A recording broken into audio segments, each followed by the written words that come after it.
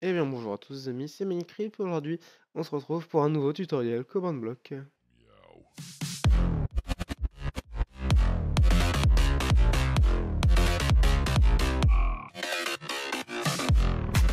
Donc je sais pas si vous avez vu ces derniers temps, il y a eu la sortie de Top Gun 4 je crois. Et j'avais vu quelque chose qui m'a assez intrigué, je vous le montre tout de suite. La Ok. visibilité, Ah oui, les là. diamants aussi. Les Ah diamants. oui, Alors Quoi, les Ah oui, ça. diamants, on a interdit le craft, mais bon, j'espère que ça marche parce que Aznet l'a codé cet après-midi. Ça marche pas, de toute façon. On a interdit le craft de l'épée en diamant, pantalon en diamant, casque en diamant et bottes en diamant. Donc la seule chose qui est possible en diamant, c'est les pioches et les plastrons, les houes aussi et les haches si vous voulez. Mais donc il y aura que un plastron en diamant en tant qu'armure. voilà, donc tout ce qui est armure en diams et comment était interdite et comment je me suis dit bah comment ils utilisent des plugins pour interdire tout ce qui est armure en diams etc. Je me suis dit bah pourquoi pas faire la même chose et donc je vais vous présenter ceci tout de suite. Donc on va voir ça maintenant. Donc on a ces deux systèmes, celui-là pour le solo et celui-là pour le multijoueur. Ces deux systèmes sont absolument identiques dans tout ce qui est résultat, mais bon, pas dans la syntaxe.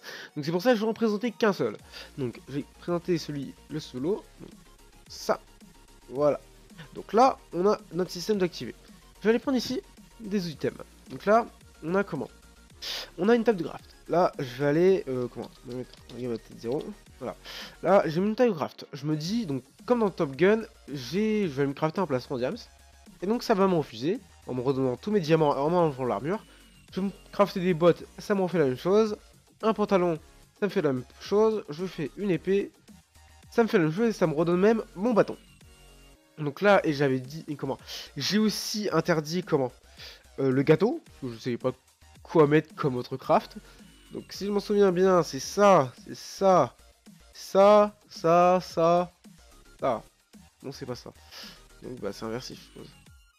Voilà, donc là, hop, pouf, et voilà. Et donc là, ça me redonne tout ce qui est comment. Donc là, ça va bien sûr multiplier les sauts, puisque là, je peux pas franchement faire autre chose. Mais donc ça nous empêche de crafter notre gâteau et ça nous redonne notre stuff. Donc j'ai aussi interdit le nether, donc je vais tout de suite vous le montrer, c'est une seule commande, c'est la petite commande qui se trouve en bas, etc. Donc là, lorsque je vais allumer mon portail, donc là on a mon portail de nether, je vais passer dedans, et ben non, il va pas s'activer, puisque lorsque je me suis dit je vais désactiver le nether, donc lorsqu'on va passer dans un portail, il va se désactiver. Donc là je peux très bien tenter de spammer le... Voilà, non, ça marche pas. Donc là, notre nether est bien désactivé. Donc, comment ça marche? Donc avant de commencer les explications, si vous êtes intéressé par la partie solo, vous restez.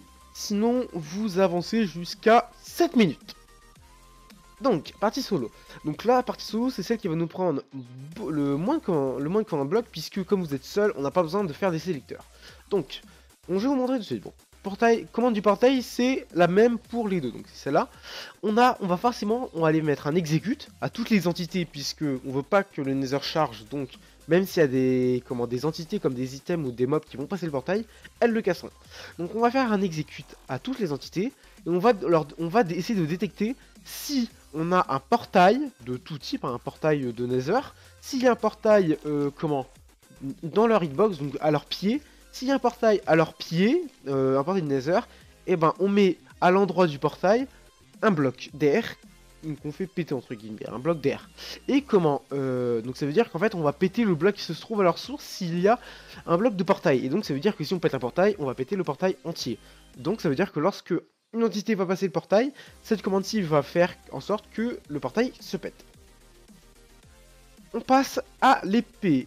Oui, donc l'épée. Donc en fait, on a un truc, comment on va faire en sorte qu'on va aller clear tout le monde des épées de diamant. Donc si personne n'a des épées en diamant, bah, ça va pas leur clear d'épées en diamant puisqu'ils n'en ont pas. Et comment si ils ont, ce command block va dire oui, ce command block a été activé. Ici, vous pouvez voir que genre c'est la forme de la flèche n'est pas la même que cette forme de flèche. Ce qui se passe, c'est en fait, on a deux modes sur un command block, le mode inconditionnel, le mode entre guillemets conditionnel. Donc le mode conditionnel, le mode inconditionnel, c'est comment? C'est on exécute à la suite. Le mode conditionnel, il faut que le command block d'avant ait exécuté sa commande et qu'elle est réussite. Donc là, si on a une commande, la commande est réussite, ça veut dire que quelqu'un s'est fait clear une épée en diamant puisqu'il avait crafté une épée en diamant. Donc, on va aller... Donc, si quelqu'un se fait clear une épée en diamant, on lui donne un stick et 2 diamants.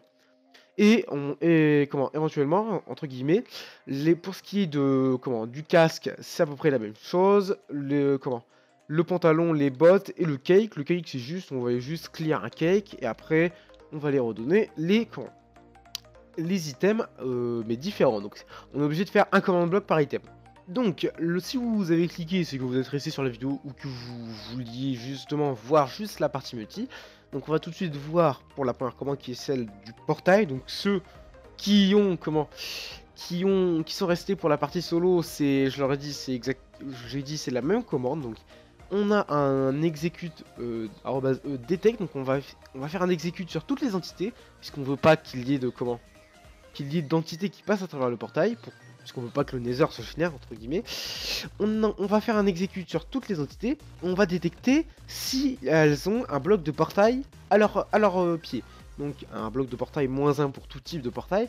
Donc et on va les mettre un set bloc R si ça réussit. Donc si le command block détecte une entité où il y a une entité qu'il y a un portail, où elle se trouve sur un portail, et ben le portail va être détruit où elle se trouve. Et comme on est sur un portail, par exemple, 3 x 2, si on pète un endroit du portail, tout le portail va se péter. Donc c'est lorsque lorsqu'une entité traverse un portail, entre guillemets, le portail est détruit automatiquement. Donc, alors là, c'est beaucoup plus compliqué que la partie que la partie solo. Donc là, on est obligé, quand on est en multijoueur, de faire un sélecteur, puisqu'on peut pas, si on donne à tout le monde, on peut pas donner à une personne, il n'y a pas de tag entre guillemets qui existe, pour donner à quelqu'un un item. Il n'y a pas de tag qui existe donner à quelqu'un un item s'il y a tel item dans son inventaire, ça n'existe pas. Donc on va aller passer par des scoreboards ou des tags, mais bon, je vais passer par les scoreboards puisque les tags c'est pas trop mon truc. Mais bon, vous pouvez, c'est exactement la même chose, sauf que au lieu du scoreboard on repasse par les tags. Donc ce qu'on fait, c'est que on a un score qui s'appelle le C1, donc clear 1. Voilà. On va aller mettre un score C1 à toutes les personnes qui ont dans leur inventaire une épée en diamant. Là, je pense que c'est à peu près clair pour ceux qui suivent. Donc là, si on va faire une situation. Si j'ai une épée en diamant dans mon inventaire, pouf, à droite, mon score C1 se met à 1. Ici, lorsque le score C1 est à 1, on clear l'épée. Ici, on donne à toutes les personnes qui ont un score C1, donc qui ont une épée dans l'inventaire qui se fait clear, on leur donne un stick, on leur donne 2 diamants, et à la fin, on leur met un score C1 à 0, puisque si on met pas le score C1 à 0, on va tout le temps donner des items, puisqu'on est censé donner 2 diamants à une personne qui a un score de C1. Donc si on remet pas le score C1 à 0, on va constamment donner des sticks et des diamants, donc on est obligé de remettre à 0.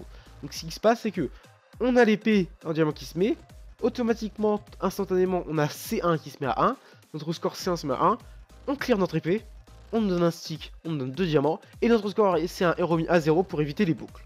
Et donc, c'est absolument la même chose au-dessus, donc là on va les mettre C2, parce qu'on peut pas forcément mettre sur le même score, on va les mettre C2, un score C2 à 1 pour tous ceux qui ont un casque en diamant. Ici, on va enlever le casque en diamant, on redonne 5 diamants et on remet le score 2 à 0. Et c'est absolument la même chose pour tous les commandes blocs au-dessus. Sauf que par exemple, ici pour le cake, on mettait à C5 pour le cake. On tire le cake, on donne tous les items. Donc on est obligé de mettre un command block par item qu'on veut donner. Et à la fin, on met le score à C5 à 0. Donc si cette vidéo n'a plu, n'hésite pas à y mettre un petit like, un petit commentaire, n'hésite pas à t'abonner si ce ne l'est toujours pas fait. Et donc moi je vous dis à la prochaine pour un nouveau tutoriel command block ou redstone. Allez, salut tout le monde!